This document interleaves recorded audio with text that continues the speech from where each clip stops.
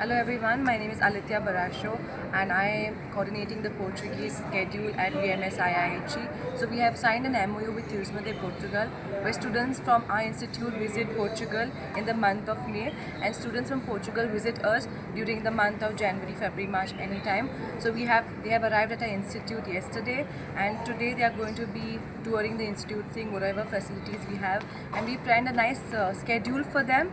They are going to learn about the rich heritage culture that we offer in Goa, the different cuisines of Goa and India. We also have visits to different distilleries, feni tasting, wine tasting prepared for them, and I'm sure they are going to enjoy their stay with us. They'll be here with us in Goa for 3 weeks and they will leave back to Portugal on the 12th of April. How many students are there? So they have 12 students with us, 6 boys and actually 11 students. One couldn't get their visa, so it is 5 girls and 6 boys and 1 teacher is accompanying them, and she will go back on the 5th of April and 2 more faculties from Portugal will come to Goa on the 5th of April.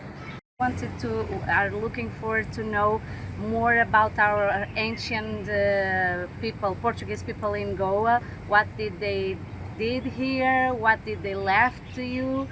So it would be great to know more about our history, our ancient history, and the mixture with the ancient Portuguese people here and the Indian people. So it would be an amazing experience to know more about you. We all are excited to see how kitchen works here in the local markets.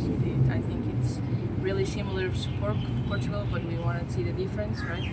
But we're very excited. What do you know about Goa? What we know about Goa, I know what my grandfather told me, that it's really beautiful, but I want to explore more. I didn't search so much because I want to be surprised when I arrive here. So I think it's a beautiful place. Subscribe Prudent social media channel and press bell icon for latest notifications.